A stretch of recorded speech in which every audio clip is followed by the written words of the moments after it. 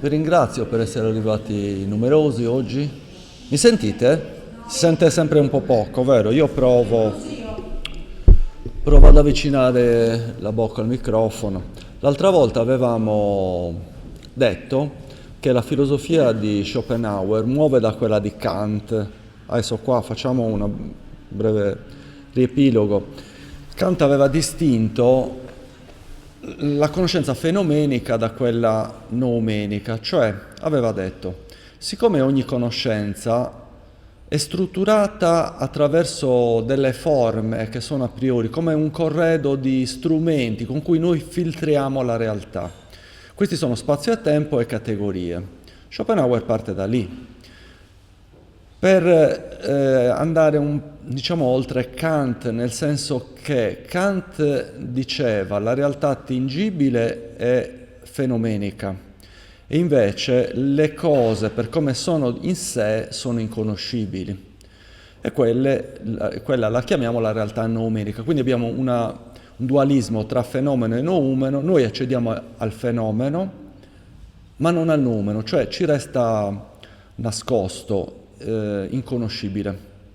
Ora Schopenhauer, partendo da Kant, però vuole proporre una via per realizzare perlomeno un'ipotesi su quello che Kant aveva definito inconoscibile, cioè sul noumeno. Cioè ipotizzare come potremmo pensare questo noumeno, che in Kant era assolutamente impensabile. Ora, il fenomeno in Schopenhauer non è semplicemente la realtà che noi conosciamo, è invece una specie di velo illusorio che nasconde l'autentica realtà, cioè quella noumenica. E lui lo chiama diciamo rappresentazione. L'opera di Schopenhauer si chiama Mondo come volontà e rappresentazione, cioè il mondo, e noi facciamo parte del mondo, attenzione, è conoscibile in due modi, o come rappresentazione, cioè come fenomeno, direbbe Kant, e nell'ipotesi di Schopenhauer anche come volontà, cioè come noumeno. Ora, in primis noi conosciamo il mondo come fenomeno. Schopenhauer per parlare del fenomeno usa un termine che lui prende dai testi indiani, cioè il velo di Maya. Velo di Maya significa che la realtà per come si mostra non è altro che un nascondimento di come è la natura, cioè anche Eraclito nell'antichità aveva detto la natura ama nascondersi, non si mostra per quella che è, si mostra in un caleidoscopio di forme che sono però, secondo Schopenhauer e secondo la tradizione diciamo indiana, un'illusione in sostanza, una specie di sogno, qualcosa che non si può dire se è un sogno o è realtà. Ora, quindi lo scopo della filosofia è quello di rompere questo velo di Maya e toglierlo, lacerarlo e vedere cosa c'è sotto. Ora, per tornare ancora un attimo alla questione del fenomeno, spiegarla un po' meglio, diciamo che spazio e tempo e causalità sono gli a priori, sono quegli strumenti mentali di cui noi ci serviamo per conoscere le cose. Ogni cosa che conosciamo è sempre nello spazio e nel tempo. E secondo Schopenhauer esistono 4 ambiti di ricerca e sono l'ambito del divenire, cioè della fisica, l'ambito del conoscere, cioè della logica, l'ambito dell'essere, cioè della matematica, e l'ambito dell'agire, che l'intelletto può indagare. Cioè noi possiamo porci dei problemi e risolverli soltanto all'interno di questi 4 ambiti. La ragione che ci guida è sempre la causalità che assume diverse forme. Il campo fisico, cioè degli eventi fisici, cioè della materia, il perché assume sempre la forma della causalità, cioè la causalità è il modo con cui spieghiamo qualunque fenomeno fisico e quindi noi possiamo porci delle domande e rispondere a queste domande all'interno appunto di questo ambito del sapere. E rispondiamo sempre servendoci di questo strumento, cioè della causalità, la quale è la risposta per ogni problema che però a sua volta non ha bisogno di essere spiegata. Si parte, diciamo, il punto di partenza con cui spieghiamo tutto, ma che a sua volta non richiede spiegazioni. Nell'ambito del conoscere, diciamo, la radice da cui si parte è la premessa tra premesse e conseguenze, cioè i principi logici in sostanza. Nell'ambito matematico è spazio e tempo, per esempio lo spazio regge la geometria e il tempo regge l'aritmetica, perché i calcoli avvengono nel tempo. Invece nell'ambito dell'agire, diciamo, il perché dell'agire è il motivo, che è una causalità che agisce dall'interno. Cioè, per esempio, voi siete venuti qua perché volevate sentire la lezione. Quello è il motivo per cui siete qua e non siete da un'altra parte, no? Quindi il motivo è una causa che agisce dall'interno, mentre la causa agisce dall'esterno. Detto questo, per farla breve, si capisce che, essendo questi gli ambiti in cui la nostra intelligenza si applica, le risposte della filosofia non possono arrivare. Cioè noi ci possiamo porre problemi di fisica, di matematica, di logica, possiamo chiederci perché facciamo una cosa piuttosto che non un'altra. In fondo, per esempio, quando c'è un'indagine e si indaga su, che ne so, nella cronaca nera un omicidio, si cerca sempre il movente, cioè ci deve essere un motivo che ha spinto l'assassino a colpire. E il motivo agisce esattamente come la causa nell'ambito fisico. Quindi il mondo del fenomeno è determinato, cioè dipende è necessario, tutto quello che avviene necessariamente. È un mondo in cui non c'è libertà. Il nostro intelletto non può risolvere i problemi della filosofia. Domande di questo tipo: perché esistiamo, perché esiste il mondo, quale ne è stato l'inizio, quale ne sarà la fine, perché le cose sono così e non in un altro modo, cos'è il male, eccetera. A queste domande noi, se seguiamo questa via, cioè quella della semplice applicazione dell'intelletto alla realtà, non possiamo dare risposte. Quindi esiste invece per Schopenhauer una via che ci può permettere di lacerare questo velo di Maya che abbiamo detto, cioè di superare i limiti della conoscenza sensibile e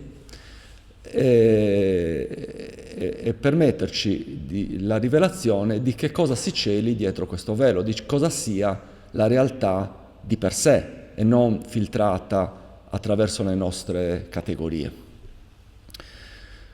Questo modo lui lo indica nell'esperienza del corpo, cioè l'esperienza del nostro corpo è un'esperienza diversa da qualunque altra esperienza. Cioè noi conosciamo tutti i corpi come fenomeno, cioè collocati nello spazio e nel tempo. E così anche per il nostro corpo, perché noi lo vediamo, ci guardiamo allo specchio, ci pesiamo, giusto? Esattamente come facciamo col corpo degli altri. Però il nostro corpo lo conosciamo anche in un modo diretto, cioè lo sentiamo. Noi non sentiamo niente al di fuori del nostro corpo, solo il nostro corpo è conosciuto in due modi, sia come fenomeno, dunque come apparenza, sia però il nostro corpo in modo più diretto, cioè gioendo e soffrendo, al contrario degli altri corpi che non possiamo assolutamente avvertire. Ora, il nostro corpo, come si presenta? L'esperienza del corpo è sempre un'esperienza di volontà, cioè ad ogni atto del corpo corrisponde un moto della volontà. Cioè, per esempio, io ho freddo e quindi il mio corpo reagisce al freddo, che ne so, sento i brividi, ho fame, non lo so, la mia bocca inizia, diciamo, a dare segni di questa fame, magari aumenta la saliva, non so, dei segni. Ogni atto del corpo non è che un atto di volontà, cioè di un bisogno, di una insoddisfazione che deve essere soddisfatta. Il nostro corpo ha bisogno di riscaldarsi, di respirare, di bere, di nutrirsi. Gli stessi apparati non sono altro che la manifestazione di una volontà, per esempio l'apparato digerente è la manifestazione della fame, insomma, no? È l'oggettivazione del desiderio di nutrirci. L'apparato sessuale è quello di accoppiarci. Dunque, io posso, avvertendo che, facendo l'esperienza del mio corpo, posso dire che il mio corpo di per sé è volontà. Io noto, anche se non sento il piacere e il dolore degli altri corpi, però io vedo che gli altri, per esempio i miei simili, si comportano esattamente come me in certe situazioni, cioè che il corpo degli altri manifesta le cose, gli atteggiamenti che manifesta il mio corpo quando io ho certe sensazioni, certi bisogni. Quindi, in virtù di un principio di analogia, ipotizzo, senza poterlo dimostrare, ma secondo Schopenhauer non c'è bisogno di dimostrarlo, è una verità evidente, che quello che sento io lo sentono anche gli altri. Quindi, se io sono volontà, anche gli altri sono volontà, e se ci pensiamo bene, anche gli animali, anche le piante, anzi addirittura tutto ciò che esiste è volontà, perché anche nel mondo inanimato esistono dei processi che denunciano una volontà. Per esempio una pietra cade a terra, come se avesse una forma di volontà che spingesse la materia ad unirsi in virtù del principio di gravità, oppure gli atomi che si uniscono, si disuniscono, diciamo processi di simpatia, di antipatia, chimismi, eccetera. Quindi tutto è volontà. Quindi è falso dire che l'uomo è un animale razionale. Questa è una definizione di Aristotele. Noi pensiamo che in primis viene la ragione e poi le emozioni. No, è il contrario. Prima vengono le emozioni e poi la ragione. Cioè la ragione per Schopenhauer è una specie di strumento della volontà. Essendo noi volontà, la nostra intelligenza non è che uno strumento che serve alla soddisfazione di questa volontà. Cioè come il leone ha le zanne e gli artigli, noi abbiamo l'intelligenza, non avendo zanne ed artigli, per poterci muovere nel mondo e soddisfare la nostra brama, la nostra volontà.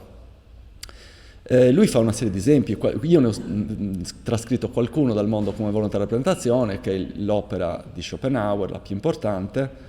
Non so se, e volevo sottoporla a voi per vedere se siete d'accordo. Fa una serie di esempi, sono tanti, io ne ho trascritto qualcuno. Dice: basta immaginare un pericolo imminente che subito la paura ci stringe il cuore. Cioè la ragione ci mostra qualcosa e questo qualcosa suscita in un automatico un sentimento che non possiamo impedire.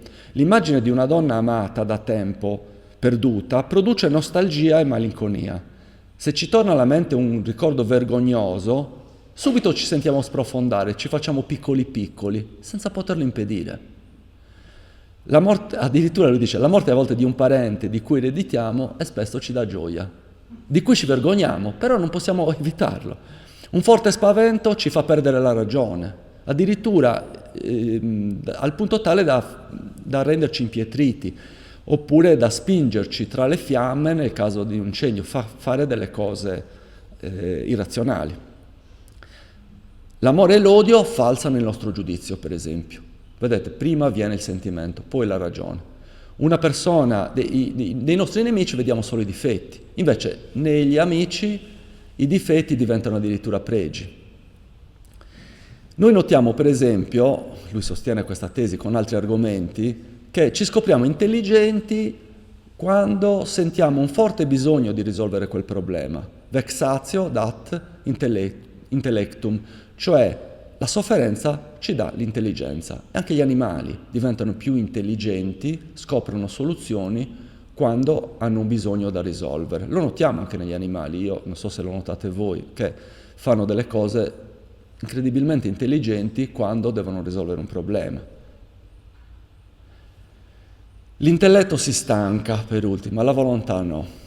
Questi sono degli esempi, non so se voi vi riconoscete in queste cose. Lui argomenta con moltissimi esempi, la prosa è cristallina. Diciamo, Schopenhauer è tra tutti i filosofi lo scrittore più brillante. Sicuramente la sua scrittura è la più comprensibile tra tutta la storia della filosofia sina da lui, è la più chiara e la arricchisce con argomenti, un profluvio di argomenti e di esempi di una ricchezza veramente notevole. Quindi detto questo, diciamo che tutto è volontà.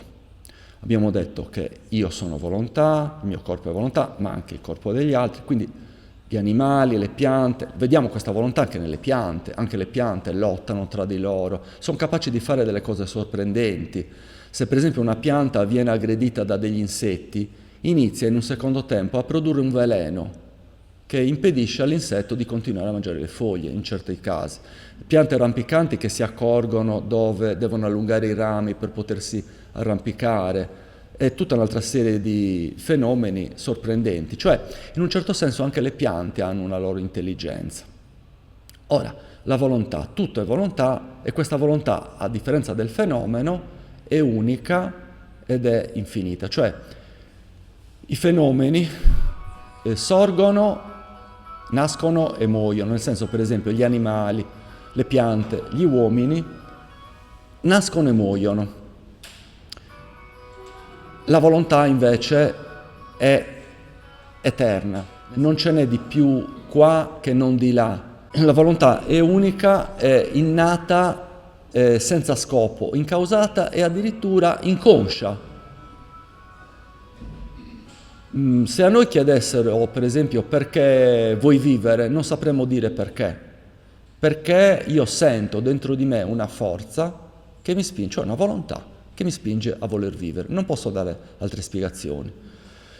Lui fa a un certo punto nel mondo come volontà e rappresentazione un esempio e dice: immaginiamo un uomo molto robusto, nerboruto, potente, però cieco, che porta con sé un altro paraplegico sulle spalle che però sa vedere.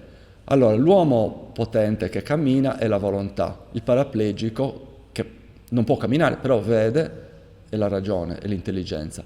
Quindi dobbiamo pensare sempre alla ragione come al servizio della volontà, e questo normalmente avviene così. Diciamo che un tempo si usavano le lanterne magiche, erano dei giocattolini in sostanza, no?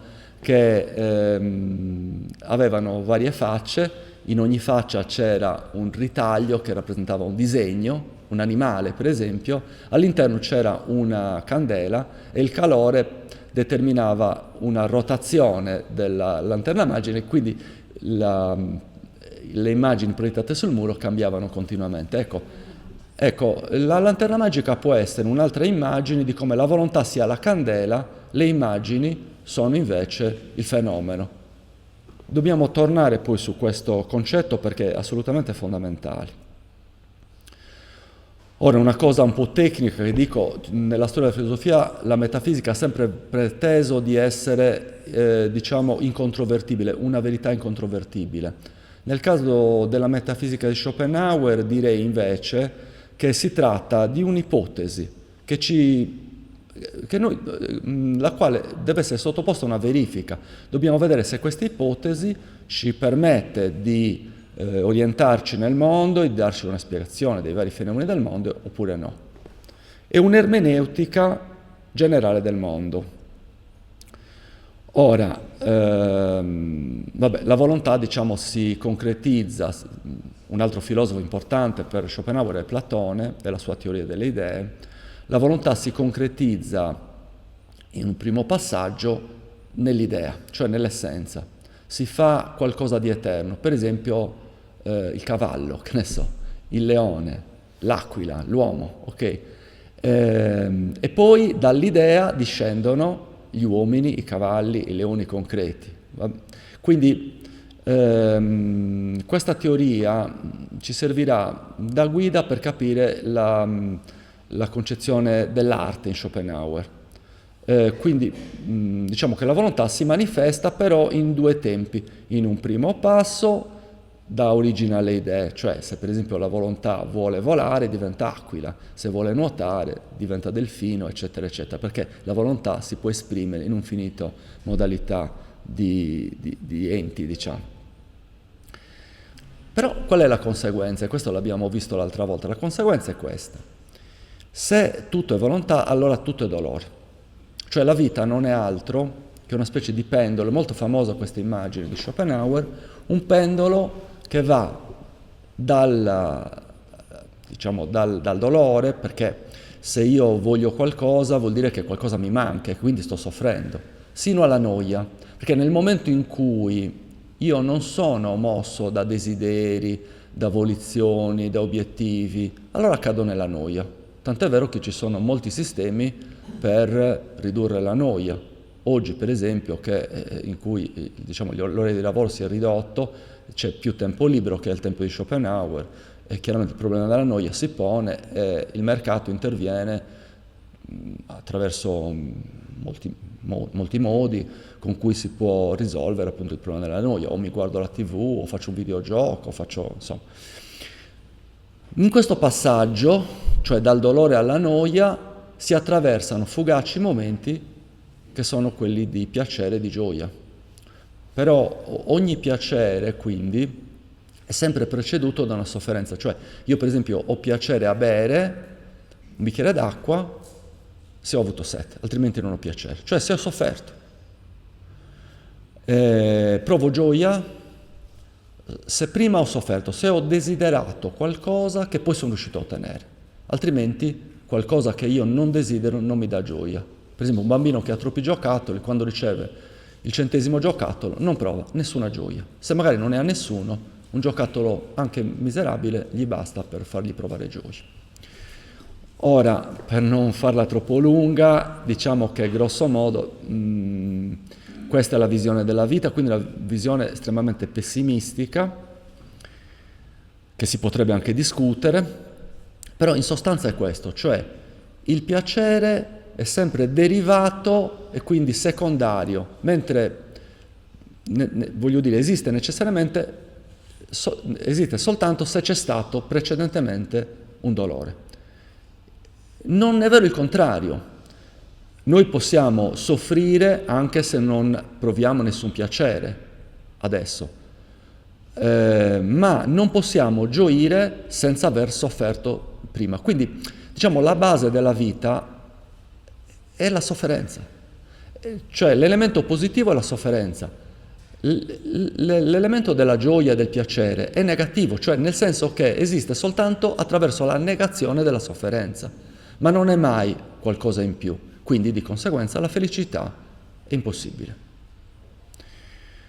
Ora, questo pessimismo di Schopenhauer, per farla breve, è un pessimismo, diciamo, cosmico ovviamente, cioè Schopenhauer aveva proprio un'abilità, sin da ragazzo, di vedere le cose peggiori del mondo. Quando lui fa un viaggio in Europa con i genitori, magari la madre, che era una scrittrice, notava le cose più belle, più interessanti nei suoi diari, lui scriveva le cose peggiori e lo terrorizzavano, lo spaventavano, come per esempio ai tempi si poteva per esempio assistere a una condanna a morte, cioè venivano in piazza le condanne a morte, e quindi c'era gente che affittava la casa per dire oh, dalla mia casa si vede bene la condanna a morte, quindi paga qualcosa, te lo faccio vedere. Questo avveniva in tutte le città d'Europa, oppure le galere dove i galeotti erano condannati ai lavori forzati, i poveri che erano numerosi e ridotti in condizioni oggi impensabili. E quindi lui dice, ero stato indottrinato nei dogmi della religione ebraica, cristiana, che mi diceva che il mondo era fatto da un Dio buono e perfetto, ma la realtà mi parlava in un altro modo, mi parlava in modo diretto, molto più convincente di quelle favole. Ora, la sofferenza è universale, in quanto in natura ogni vita deve pagare il fio della lotta, cioè gli animali lottano tra di loro, un carnivoro non è altro che la tomba vivente di decine di erbivori, per esempio, e se il leone non riesce a uccidere la zebra, muore lui. Questa è la legge della natura, è una legge spietata che mira soltanto alla sopravvivenza della specie, ma che non ha nessun riguardo dell'individuo, e questo grosso modo vale anche per l'uomo. Esiste una piramide nella natura che va chiaramente dalla pietra sino agli esseri più coscienti e quindi al cui vertice sta l'uomo. Però questa piramide in cui l'uomo occupa il vertice, l'occupare il vertice non è per nulla qualcosa di buono, perché l'uomo, essendo più cosciente degli altri animali, soffre di più. Qui auget scientiam, auget et dolorem, la frase dell'Ecclesiaste che Schopenhauer interpreta così: all'aumentare della consapevolezza aumenta il dolore. Egli nel mondo come volontà rappresentazione fa l'esempio di un quadro disegnato da un pittore che si chiama Tischbein, molto famoso perché ha ritratto Goethe nella campagna romana. Forse qualcuno di voi si ricorda di questo famosissimo dipinto in cui Goethe è ritratto nella campagna romana. Sono dei ritrattisti questi Tischbein. Schopenhauer parla di un disegno di Tischbein che probabilmente è andato perduto, in cui si descrivevano delle pecore e delle pecore a cui erano stati tolti gli agnellini e delle donne che avevano perso i figli. E quindi il pittore era stato in grado di mostrare la differenza tra il dolore che certamente anche la pecora sente, però è un dolore ottuso, mentre il pittore l'ha messo a confronto con la lacerazione, lo struggimento terribile del dolore della donna, che deriva da una maggiore consapevolezza di quello che è avvenuto. Va bene? Quindi abbiamo detto la piena felicità è impossibile. Schopenhauer critica ogni forma di ottimismo. Egli è, con Marx, Nietzsche e Freud, uno dei grandi maestri del sospetto, cioè che tendono a smascherare le falsità, le illusioni sui quali gli uomini, diciamo, si cullano, hanno fondato l'esistenza per in qualche modo farsi coraggio e andare avanti nella vita. Ogni ottimismo è falso.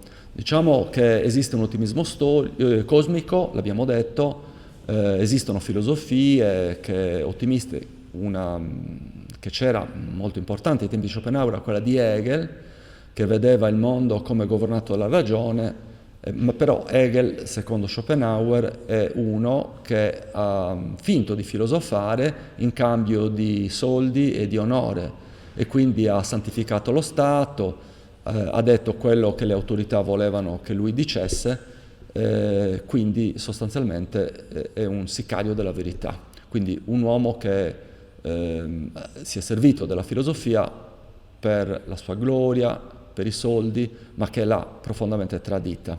In realtà la vita è un'esplosione di forze irrazionali, il mondo non è un regno di logica, ma è un teatro di logicità e di sopraffazione.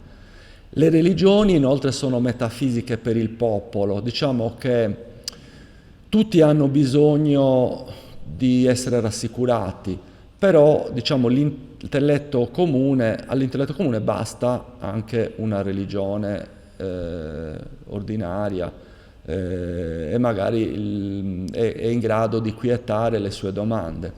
La filosofia è soltanto per chi va oltre. Egli rifiuta anche l'ottimismo sociale. Secondo Schopenhauer lo Stato esiste per impedire l'ingiustizia, cioè gli uomini senza lo Stato cadrebbero in una lotta di tutti contro tutti, sarebbe il caos, perché in primis la maggioranza almeno delle persone, gettata la maschera, diciamo, della socievolezza, nasconde una belva. Questo si vede per esempio quando ci sono i tumulti di piazza, quando ci sono le rivoluzioni, e allora gli aspetti violenti del carattere vengono apertamente fuori. Cioè i rapporti umani sono regolati sostanzialmente dalla eris, si dice in greco, cioè dalla lotta. E quindi diciamo che i rapporti umani non nascono da un bisogno di socievolezza, ma dal bisogno di aiuto reciproco. Egli ha scritto nei Parerga, mi pare Paralipomene, un'altra opera con cui lui è diventato famoso, una favola che è diventata famosa perché poi hanno tratto anche dei libri da questa favola, in cui lui descrive dei porcospini, dei ricci, che d'inverno hanno freddo e quindi iniziano ad avvicinarsi l'uno con l'altro, e però finiscono per pungersi. e quindi si allontanano improvvisamente e hanno di nuovo freddo, quindi si riavvicinano, si pungono un'altra volta e allora si allontanano un po' di meno, sino a che riescono a trovare una distanza adeguata che gli permette di non pungersi e di avere quel minimo di calore che è necessario. Più o meno questa è la società umana. La storia non è una scienza, cioè ai tempi di Schopenhauer c'era anche un ottimismo storico, penso anche oggi forse un po' meno perché abbiamo avuto le guerre mondiali, la Shoah, la bomba atomica, insomma una serie di cose che non è che ci incoraggino molto, che ci diano tutta questa fiducia nel progresso che l'uomo dell'Ottocento aveva. Però anche se l'uomo dell'Ottocento era assolutamente speranzoso nel progresso, Schopenhauer fu invece un disertore della sua epoca e ha sostenuto che la storia non produce nessun progresso. Cioè il progresso che produce la storia è un progresso apparente, può essere un progresso tecnologico, ma l'uomo sostanzialmente vive sempre la stessa vita, cioè la storia è un ciclo. Se uno ha letto le storie di Erodoto, il più antico storico, ha letto tutta la storia, quindi è inutile leggere le altre storie. Se uno studiasse la storia della Sardegna o della Corsica, è come se avesse studiato tutta la storia, perché i fatti fondamentali sono quelli, c'è chi nasce, chi muore, chi invecchia, chi è calpestato, chi è glorificato, chi si sposa, alla fine è quello. Quindi anche la lettura delle biografie è molto illuminante, cioè diciamo che la storia ci aiuta, non è una scienza ovviamente perché mira al particolare, però ci mostra qual è in fondo la realtà del destino umano. Ora, noi dobbiamo adesso illustrare la parte conclusiva, che è quella delle vie di liberazione dal dolore, che forse è la parte per certi versi un po' più deludente della filosofia di Schopenhauer. Ora, uno potrebbe anche pensare, vabbè, se tutto è così, allora cosa dobbiamo fare? Ci suicidiamo. Schopenhauer dice no, il suicida in genere non è, ci mostra una strada che è sbagliata, perché in realtà la strada che Schopenhauer, che è più logico anche se ci pensiamo, che vuole illustrare è quella che porta alla negazione della volontà, cioè se la volontà è il fondamento del nostro dolore, allora dobbiamo negare la volontà.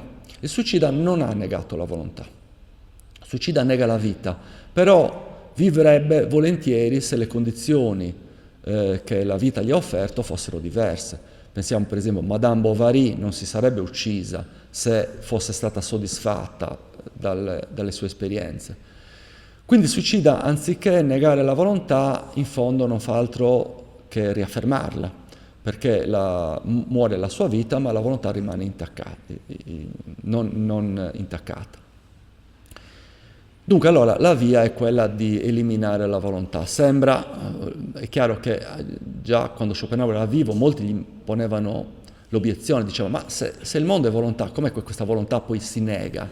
E lui diceva sì, in effetti è una contraddizione, però di fatto questo succede. E lui faceva degli esempi, ci sono i santi, gli eremiti, trovava nei giornali del tempo degli esempi strani in cui un uomo che si era lasciato morire apparentemente senza sofferenza si era disteso in un bosco e si era lasciato morire. Quindi dice, in questo caso ecco, è avvenuto che lui ha negato la volontà.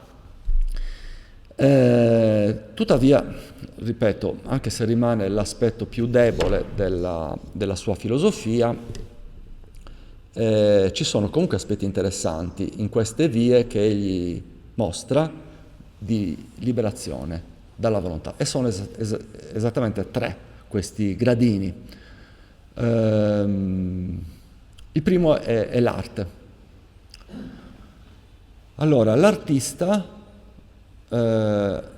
agisce, e l'arte in generale, come un puro occhio sul mondo, ci mostra come il mondo è, ci mostra le essenze. Esiste tra le arti figurative una gerarchia che corrisponde poi alla gerarchia del mondo, degli esseri del mondo, perché se alla base del mondo c'è la pietra, il mondo inanimato, al vertice c'è l'uomo. Infatti anche l'arte ha una struttura di quel tipo, alla base c'è l'architettura e al vertice c'è la tragedia che ci mostra la vita umana, quali sono gli aspetti poi più negativi e terribili della vita umana. Questa è opera appunto della letteratura in generale, cioè per tragedia intendiamo la letteratura. L'arte però non coglie il particolare come fa la storia, ma coglie l'essenza. Cioè, qua abbiamo il Davide di Michelangelo. Michelangelo cosa ritrae? La scultura tende a mostrarci qual è l'essenza, in questo caso, del corpo umano, del corpo maschile. E Michelangelo è riuscito a scolpire una statua che è addirittura più bella del modello di cui egli si è servito. Cioè mira direttamente all'ideale, cioè l'artista non fa una copia di quello che ha davanti a sé del particolare, ma attraverso il particolare risale all'idea, cioè all'essenza. Se per esempio dipinge questa guerra, attraverso questa guerra dipinge la guerra, l'essenza della guerra. Se dipinge questo amore, dipinge l'essenza dell'amore, cioè l'amore, va bene? E dunque, quindi l'arte è una forma di conoscenza che nel momento della fruizione o della produzione dell'opera d'arte ci libera temporaneamente dal dolore, cioè diciamo sospende quella catena di bisogni, soddisfazione, eccetera, di cui abbiamo parlato. La sospende però solo momentaneamente. Qua io ho proposto qualche esempio. Ecco, per esempio, la scultura privilegia il nudo, appunto perché il corpo umano, se velato, non sarebbe mostrato per come è nella sua essenza. E quindi, chiaramente, lui si rifà soprattutto alla tradizione classica e neoclassica dell'arte. Il pittore non può escludere alcun avvenimento della vita umana che possa essere degno, diciamo, di un'opera, quindi di conoscenza. Pensate a questo, una grande costruzione architettonica ci piace perché ci rivela quali sono le leggi diciamo, della materia inorganica, cioè in questo caso della pietra. Se per esempio un grande palazzo, che ne so, la Basilica di San Pietro, fosse fatto di pietra pomice, dice Schopenhauer, addirittura io dico di polistirolo, anche se apparisse uguale a com'è, ci piacerebbe meno. Una grande opera fatta di polistirolo non ci piace, come se è fatta di pietra e di marmo, proprio perché noi sentiamo la difficoltà che c'è stata nella costruzione architettonica, che è stata risolta dall'opera di genio dell'architetto, che non ci sarebbe nell'altro caso. Ora, detto questo, noi diciamo dunque che esistono i gerarchi delle arti, però c'è la musica. La musica è un'arte speciale. Diciamo che la musica è un'arte a sé. Se le arti rappresentative ci mostrano l'idea e quindi non ci mostrano la volontà direttamente, ma solo indirettamente, l'arte invece ci parla della volontà direttamente. Il mondo della musica è come un mondo a sé, cioè se anche il mondo fisico non esistesse, potrebbe esistere un mondo di puri suoni. Anche la musica corrisponde poi alla realtà, perché diciamo le varie tonalità, per esempio il basso corrisponde al mondo inanimato, e poi abbiamo il tenore che corrisponde al mondo vegetale, ci sono un sacco di riflessioni di questo tipo, il contralto che rappresenta il mondo animale e diciamo il soprano che rappresenta invece il mondo umano. La melodia rappresenta il gioco tra bisogno e soddisfazione.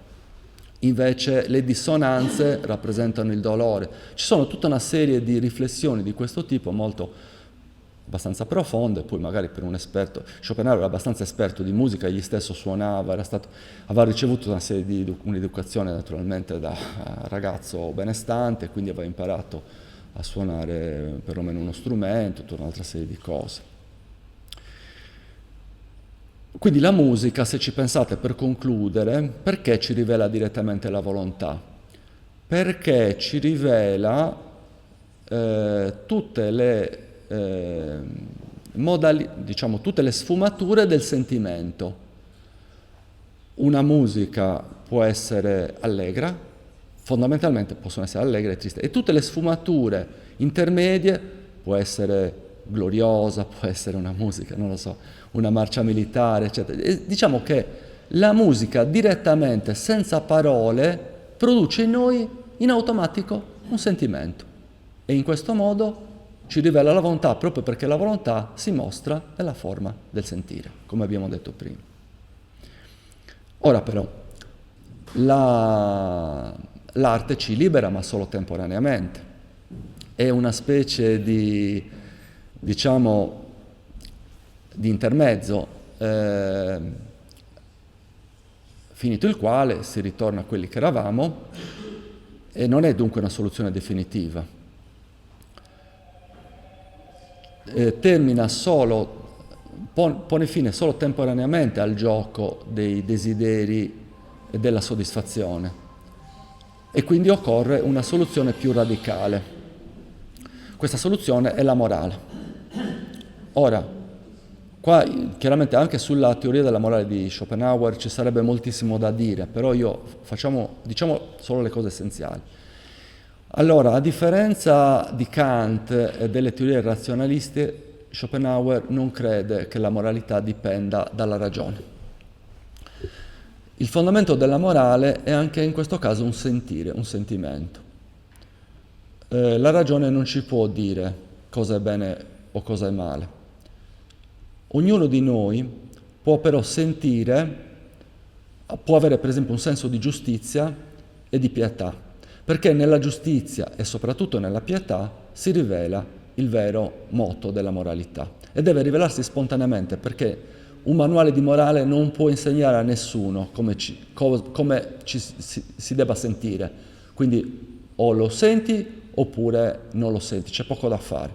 Ci sono persone, per esempio, che non sentono alcuna pietà e sono in grado di fare qualunque crudeltà proprio perché non sentono pietà per gli altri. E non si può fare nulla, secondo Schopenhauer. Ognuno ha un carattere innato che porta con sé dalla nascita, dalla culla alla tomba. Ora, perché la morale ci libera? Ci libera anzitutto perché, per due motivi. Allora, la giustizia che cos'è? La giustizia è quel sentimento che ci spinge a non fare del male agli altri.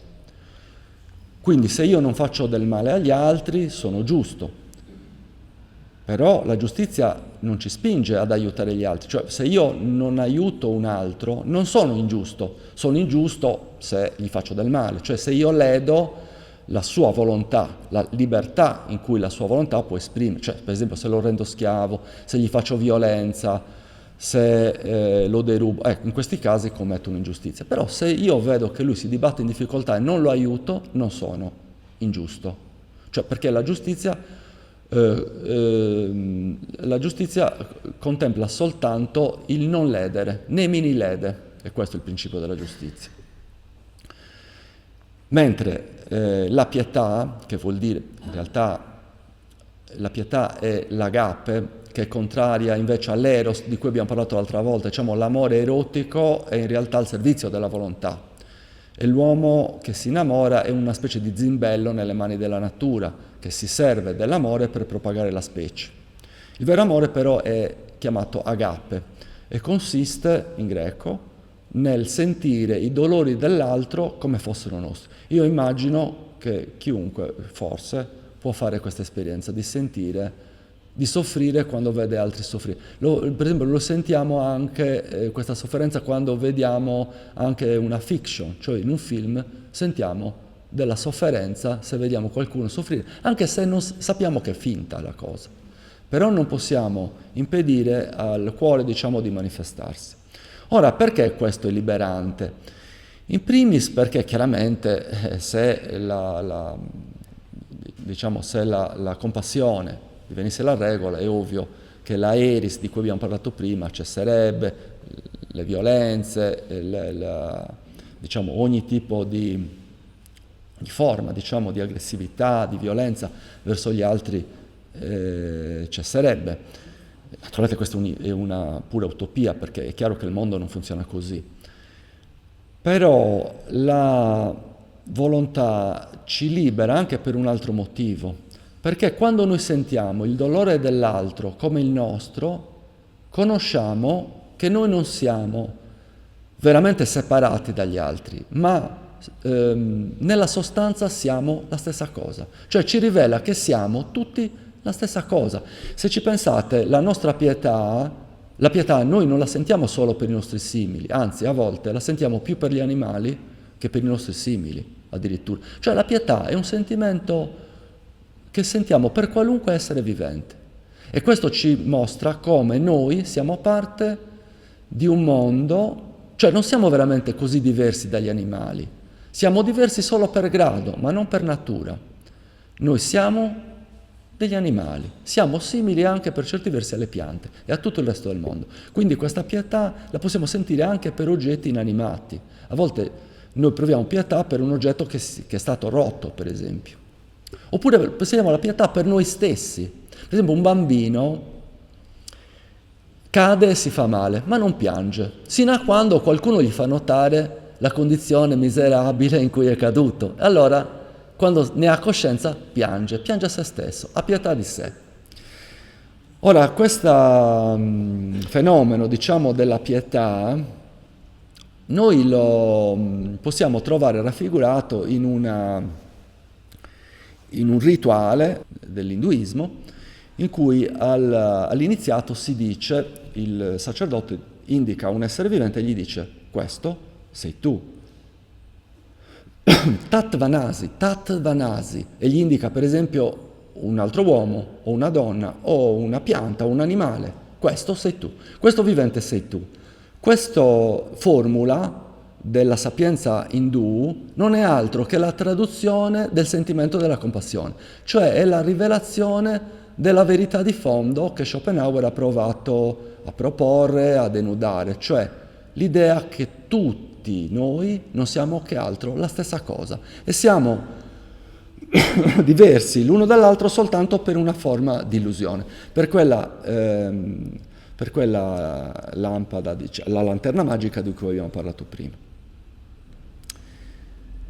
Siamo alla fine. Diciamo che la morale non è una liberazione sufficiente, perché è vero che noi proviamo compassione, ma comunque rimaniamo nella vita e siamo in qualche modo ancora preda della volontà. Quindi, e questa è la conclusione che sicuramente è più difficile da accettare, è che lui non praticò affatto, cioè l'ascesi, quindi la perfetta castità che porterebbe all'estinzione della razza umana, i digiuni, la macerazione, la rinuncia, ecco, l'ascesi non è altro che un processo che porta alla negazione del mondo e aprire le porte a una forma di esistenza nuova che viene chiamata nirvana, anche lì diciamo con un termine che viene dalla religiosità indiana, per dire uno stato di liberazione, uno stato psicologico. Ora, questa parola nirvana non la analizziamo, può avere moltissimi significati, però comunque significa una condizione nuova.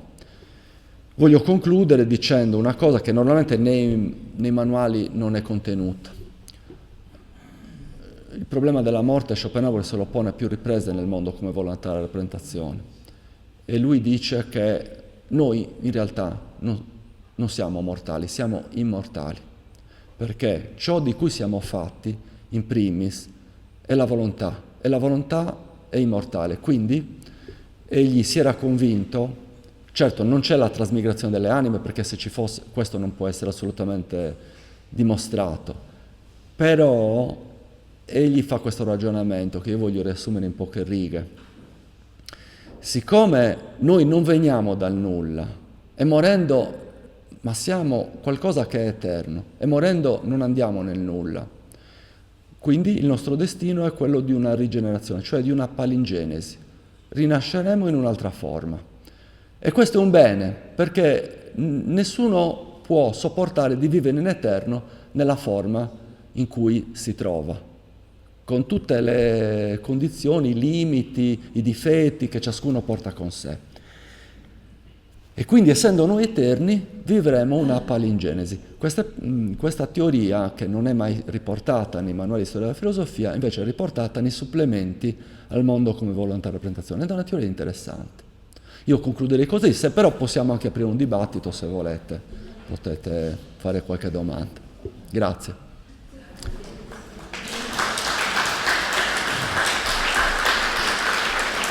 Magari al microfono così. Con la voce abbastanza forte.